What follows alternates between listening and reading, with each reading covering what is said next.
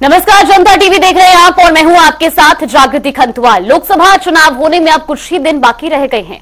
उत्तर प्रदेश में 7 चरणों में चुनाव होंगे। पहले चरण का मतदान 19 अप्रैल को होना है, लेकिन इससे पहले भारतीय जनता पार्टी, कांग्रेस और समाजवादी पार्टी ने अपना अपना घोषणा पत्र विकसित भारत के लिए मोदी की गारंटी पर फोकस है। तो वहीं कांग्रेस पार्टी ने अपने घोषणा पत्र को न्याय पत्र नाम दिया है, जिसमें 5 न्याय 25 गारंटी की बात कही गई है। तो वहीं समाजवादी पार्टी का घोषणा पत्र जनता का मांग पत्र हमारा अधिकार पर आधारित है।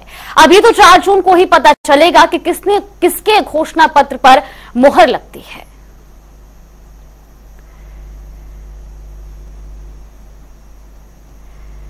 तो 80 करोड़ परिवारों को अगले 5 साल तक मुफ्त राशन, आयुष्मान भारत के तहत 5 लाख रुपए तक निःशुल्क इलाज, पीएम आवास योजना का विस्तार किया जाएगा। इसके अलावा संकल्प पत्र में गांव, शहर और कस्बों को हर घर तक स्वच्छ जल पहुंचाया जाएगा। झुग्गी झोपड़ी में रहने वाले परिवारों को पक्का घर दिए जाने के बाद पीएम उज्ज्वल योजना के तहत गैस सिलेंडर और अब पाइपलाइन के तहत गैस पहुंचाई जाएगी। पेपर लीक के लिए सख्त कानून बनाया जाएगा। सरकारी परीक्षाओं में पारदर्शिता लेकर आएंगे और साथ ही स्टार्टअप इकोनॉमिस्ट का विस्तार किया जाएगा।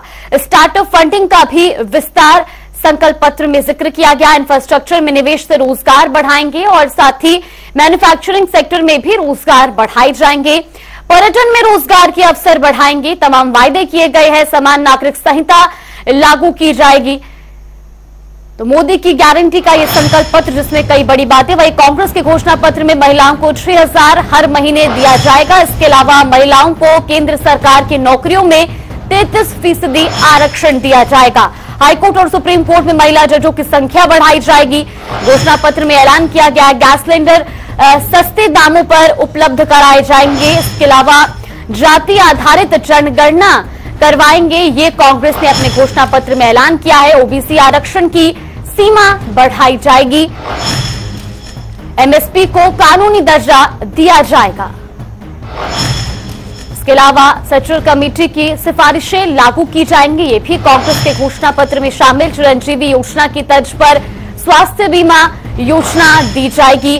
भेदभाव के खिलाफ रोहित वेमुला के नाम पर कानून बनेगा। गरीब परिवारों को 72,000 रुपए सालाना दिया जाएगा। इसके अलावा मनरेगा की दिहाड़ी बढ़ाकर 400 रुपए की जाएगी, ये भी ऐलान किया गया है। खेल से जुड़े ग्रामीण बच्चों के लिए स्कॉलरशिप, घोषणा पत्र में इसका ऐलान। आर्टिफिशियल इंटेलिजेंस को बढ़ावा दिया जाएगा, ये भी कांग्रेस ने अपने घोषणा पत्र में ऐलान किया है। केंद्र सरकार के 30 लाख खाली पद भरे जाएंगे। तो जॉब कैलेंडर जारी होगा। सरकारी परीक्षा फॉर्म भी मुफ्त दिए जाएंगे। पेपर लीक के खिलाफ कठोर कानून की बात भी घोषणा पत्र में कही गई है। अग्निपथ योजना को खत्म करने की बात कही गई है। स्किल ट्रेनिंग के लिए भत्ता दिया जाएगा। तो वहीं समाजवादी पार्टी के घोषणा पत्र में 2029 तक गरीबी खत्म करने की बात कही गई है। इसके अलावा पेपर लीक के भ्रष्टाचार का खात्मा करने की भी बात घोषणा पत्र में कही गई है। साथ ही बात की जाए गंगा यमुना प्रदूषण मुक्त करेंगे, ये वायदा जनता को किया गया है। एआई के क्षेत्र में भारत को अग्रणी देश बनाएंगे। अग्निवीर योजना को खत्म करेंगे। स्वामीनाथन आयोग की सिफारिशों के तहत एमएसपी लाया जाएगा। 2025 तक जातिगत जनगणना कराएंगे। एससी, एसटी, ओबीसी के रिक्त पदों पर 2025 तक भर्ती होगी। लोकसभा, विधानसभा में महिलाओं को 33% आरक्षण दिया जाएगा। छोटे या भूमिहीन किसानों को प्रतिमाह 5,000 रुपए पेंशन दी जाएगी। गेहूं की जगह मुफ्त आटे की बात भी घोषणा पत्र में कही गई है। और साथ ही राशन कार्ड धारकों को हर महीने 500 रुपए तक का डेटा भी मुफ्त दिया जाएगा। गरीब महिलाओं को हर महीने 3,000 रुपए देने का प्रावधान घोषणा पत्र के जरिए किया गया है। असंगठित क्षेत्रों के श्रमिकों को हर महीने 5,000 रुपए पेंशन और 10 लाख तक की बीमा दी जाए। असंगठित क्षेत्रों के मजदूरों को हर महीने 500 रुपए दिए जाएंगे। वरिष्ठ नागरिकों को रेल और बस के किराए में छूट दी जाएगी। मनरेगा मजदूरी 450 रुपए दी जाएगी।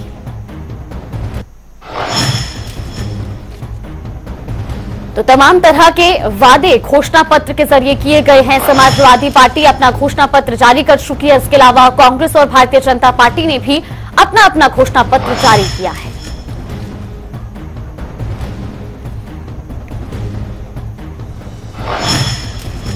तो इसी विषय पर आज चर्चा करने के लिए हमारे साथ रमेंद्र त्रिपाठी जी, जो कि सपा प्रवक्ता है, वो जुड़ गए हैं। साथ ही भारतीय जनता पार्टी से हमारे साथ अवधेश पांडे जी जुड़ गए हैं। आप दोनों मेहमानों का जनता टीवी पर बहुत बहुत स्वागत है। संकल्प पत्र जारी हो चुका है, अधिकार पत्र जारी हो चुका है और अब महज कुछ ही दिन जब पहले चरण के चुनाव होने हैं, ऐसे में संकल्प पत्र और तमाम तरह के जो घोषणा पत्र हैं वो जारी कर दिए गए हैं। लेकिन सबसे पहले मैं अवधेश पांडे जी आपसे ही जानना चाहूंगी, क्योंकि पिछले दो बार के चुनाव में भारतीय जनता पार्टी ही लगातार जीतती रही और इस बार के संकल्प पत्र को तो मोदी की गारंटी भी कहा जा रहा है। लेकिन विपक्ष कहता है कि 2014 और 2019 का घोषणा पत्र भी कोरा था और इस बार भी सिर्फ जो योजनाएं हैं, जो वादे हैं, वो सिर्फ पन्ने पर रह जाएंगे, धरातल पर नहीं। देखिए, अम्बेडकर जी की जयंती के अवसर पर भारतीय जनता पार्टी ने अपना संकल्प पत्र यानी मोदी जी की गारंटी देश के समक्ष प्रस्तुत किया है। भारतीय जनता पार्टी देश में राम राज्य की स्थापना की पक्षधर है और गोस्वामी तुलसीदास जी लिखते हैं, रघुकुल रीत सदा चल जाई, प्राण जाए पर वचन न जाई। इसलिए जो मोदी जी का वचन है, जो भारतीय जनता पार्टी का घोषणा पत्र है, वो पत्थर की लकीर है। और 2014 का चुनाव हो चाहे 2019 का चुनाव हो, भारतीय जनता पार्टी ने जो कहा था वो किया। भारतीय जनता पार्टी ने कहा था राम जी का मंदिर बनाएंगे, धारा 370 हटाएंगे, सीएए लागू करेंगे और ट्रिपल तलाक का जो ये विषय है इसको भी लेकर के आएंगे। और ये सब काम भारतीय जनता पार्टी की सरकार ने किया है। इस बार भी भारतीय जनता पार्टी का जो घोषणा पत्र है वो राष्ट्र समृद्धि का विजन है, अंत्योदय का दर्शन है, सुशासन का मंत्र है और इसमें गरीब कल्याण का मंत्र और विकसित भारत का लक्ष्य निहित है।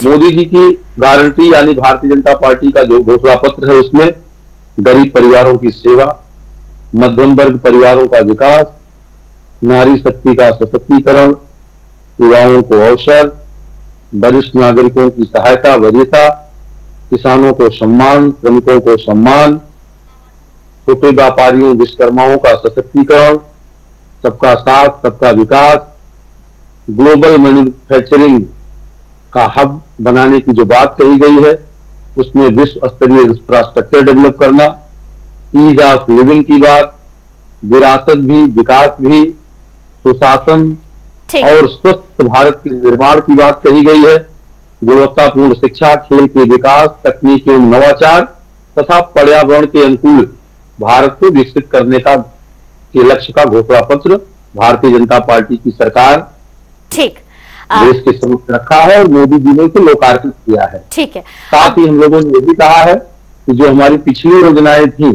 हम 5 किलो राशन गरीबों को फ्री में देते थे, वो देते रहेंगे। हम 5 लाख का आयुष्मान का कार्ड लोगों को दे रहे थे, वो आगे भी जारी रहेगा।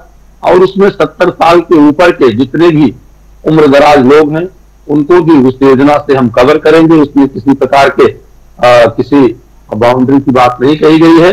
और इसके साथ हम 4 करोड़ आवास बना करके हम लोगों ने सबको गरीबों को दिया था। इस बार 3 करोड़ और आवास बना करके सबको पक्का छत मुहैया कराएंगे। शौचालय की सुविधा जो हमारी थी वो जारी ही रहेगी। अवधेश पांडे जी, एक प्रश्न आपसे करना चाहूंगी। वादे आपने भी किए हैं, वादे कांग्रेस भी कर रही है, समाजवादी पार्टी भी कर रही है और उसमें मुख्य तौर पर एक चीज हमें खासतौर पर देखने को मिली जो समाजवादी पार्टी के घोषणा पत्र में भी था और कांग्रेस के घोषणा पत्र में भी, कि अग्निवीर योजना को खत्म किया जाएगा। देखिए, ये टुकड़े टुकड़े बैंक का जो घोषणा पत्र है टुकड़ों टुकड़ों में आया है। आपने देखा होगा कि सीपीएम का घोषणा पत्र कितना विस्फोटक है इस देश के लिए। उन्होंने कहा है कि यदि हमारी सरकार बनती है तो हमारे जो बायोलॉजिकल वेपन है, हमारे जो केमिकल वेपन है, हमारे देश में जो अस्त्र शस्त्र है, इसको हम समाप्त करने का काम करेंगे। तो आप अंदाजा लगा सकते हैं कि राहुल गांधी जी जिस शक्ति के समापन की बात करते हैं और सीपीएम कहती है कि इस देश को शक्तिहीन कर देंगे, तो किस प्रकार से इनके घोषणा पत्रों में विरोधाभास है। कोई कहता है कि हम आएंगे तो ओपीएस की व्यवस्था लागू करेंगे, कोई कहता है ओपीएस की व्यवस्था लागू नहीं करेंगे, कोई कुछ कहता है। तो इनका जो घोषणा पत्र है टुकड़ों टुकड़ों में आया है, क्योंकि ये जो इंडी गठबंधन है टुकड़े टुकड़े गैंग से प्रभावित है, इसलिए इनके गठबंधन को इनके लोगों ने नकार दिया है और इसके घोषणा पत्र को भी लोगों ने नकार दिया है। ये बहुत पहले भी प्रदेश में जब चुनाव थे, मध्य प्रदेश के अंदर, राजस्थान के अंदर, तब भी कांग्रेस ने घोषणा पत्र जारी किया था, उसको उन्होंने पूरा नहीं किया। उत्तर प्रदेश के अंदर समाजवादी पार्टी ने जो घोषणा पत्र जारी किया था किसानों के कर्ज माफी का, उसको उत्तर प्रदेश की सरकार ने नहीं पूरा किया। जबकि भारतीय जनता पार्टी की उत्तर प्रदेश की सरकार, योगी जी की सरकार जब 2017 में आई थी, तो योगी जी की सरकार के घोषणा पत्र जारी करते समय बात कही गई थी, हम किसानों का कर्ज माफ करेंगे और सभी उत्तर प्रदेश के किसानों का 1 लाख तक का कर्ज माफ किया गया। तो लोगों को भारतीय जनता पार्टी से अपेक्षा है, क्योंकि भारतीय जनता पार्टी जो कहती है उसको करके दिखाती है। इसलिए भारतीय जनता पार्टी की तरफ लोग आशान्वित हैं और भारतीय जनता पार्टी का जो वचन पत्र है, जो संकल्प पत्र है, उसमें आम जनता को भरोसा है, क्योंकि भारतीय जनता पार्टी ने अपने घोषणा पत्र बनाते समय आम लोगों की राय ली थी। 14 लाख लोगों का सुझाव प्राप्त हुआ था, 4 लाख लोगों ने नमो ऐप के माध्यम से अपनी राय पहुंचाई थी। तो हमारा घोषणा पत्र जनता की राय पर, वास्तविक मुद्दे पर जारी किया जाता है, इसलिए लोग इस पर भरोसा करते हैं। ठीक है, रामेंद्र त्रिपाठी जी, आपसे भी जानना चाहेंगे, आपका भी घोषणा पत्र जारी हो चुका है, लेकिन बीजेपी कहती है कि आपने भी कई वायदे पूर्व में किए, जब आप सत्ता में थे तब आप अपने उन वादों को पूरा नहीं कर पाए और आप आज जनता के बीच में पहुंच रहे हैं कि हम ऐसा कर देंगे, ये कर देंगे। जबकि भारतीय जनता पार्टी की जो विकसित भारत संकल्प को लेकर के एक संकल्प पत्र जारी किया गया है, उसे लेकर के बीजेपी कहती है मोदी की गारंटी मतलब गारंटी पूरी होने की गारंटी।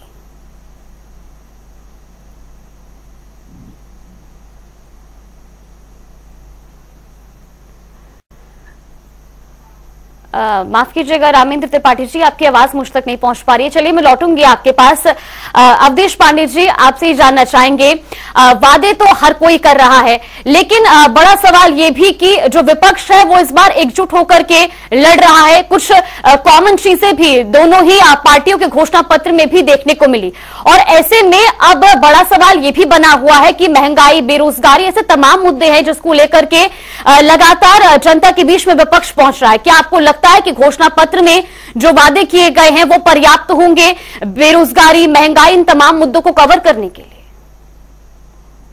देखिए, भरोसे की बात होती है, जिस दल पर लोगों को भरोसा होता है और उसी का घोषणा पत्र लोग गंभीरता से लेते हैं। क्या हुआ उत्तर प्रदेश में जब समाजवादी पार्टी का शासन था? हर जिले में दंगा होता था तो दंगे देने की गारंटी समाजवादी पार्टी ने दिया।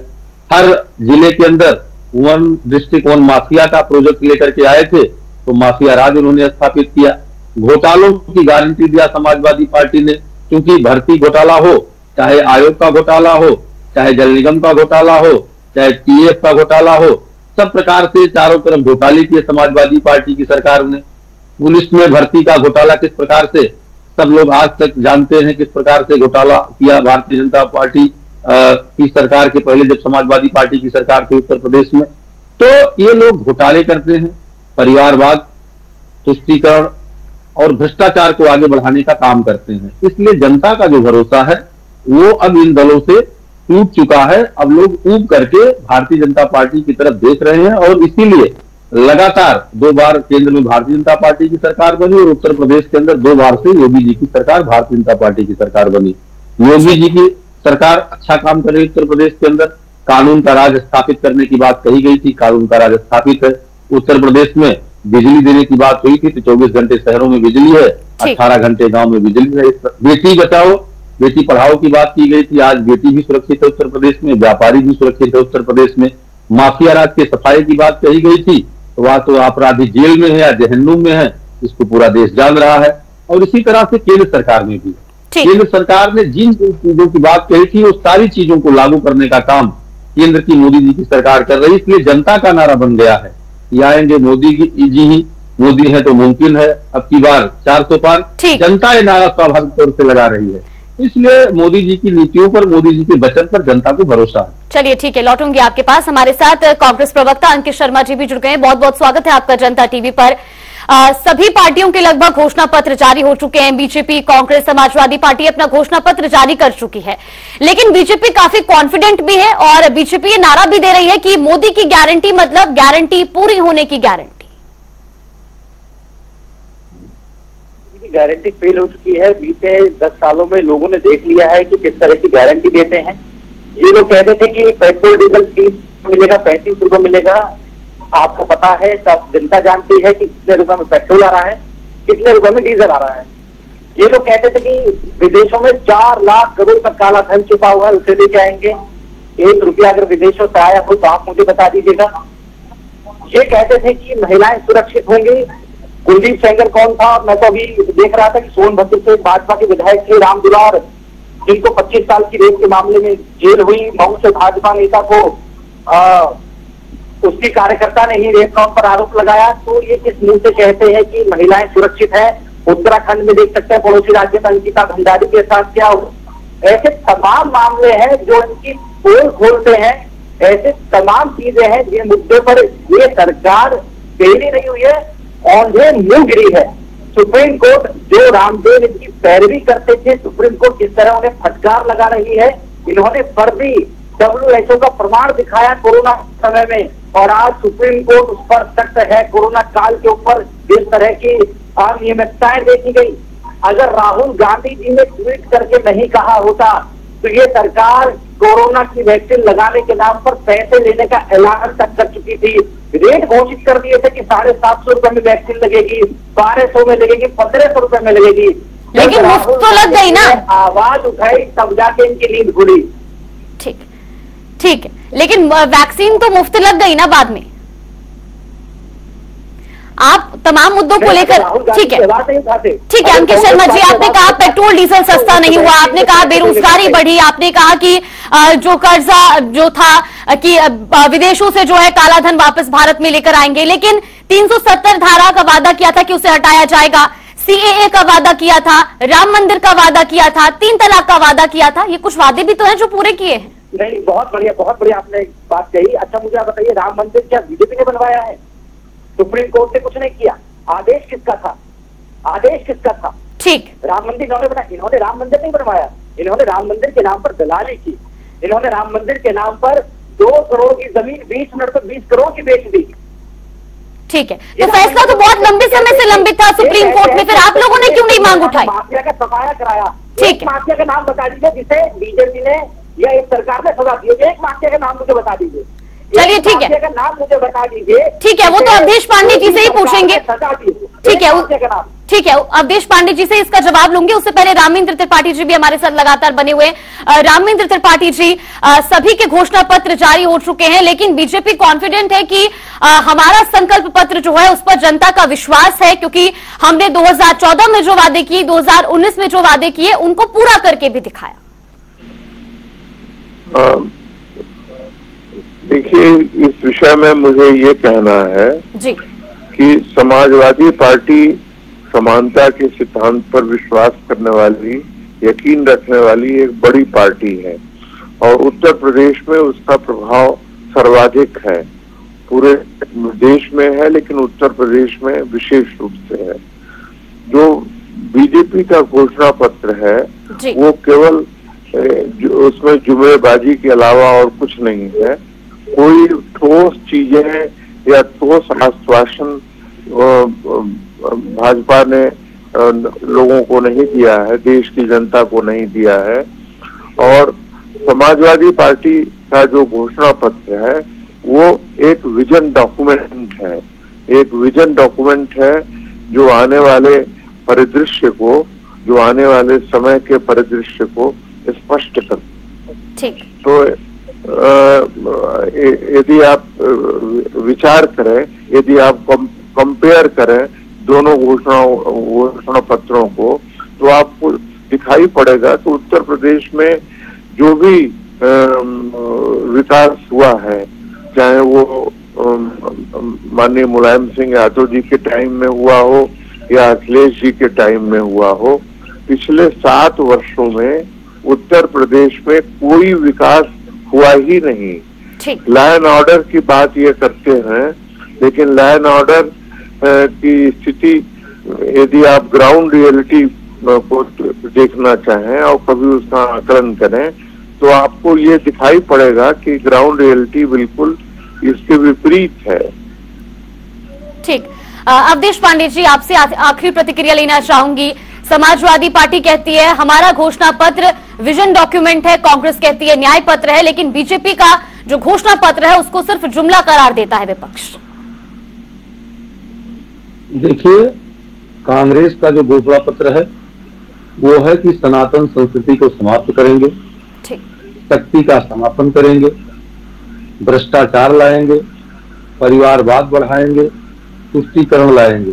कल रामनवमी का महामहोत्सव है, पूरा देश रामनवमी मनाएगा। मैं आपसे चैनल के माध्यम से सभी राम भक्तों को शुभकामनाएं भी देता हूँ। रामनवमी का जो त्योहार है वो असुरों के संहार का प्रतीक भी है।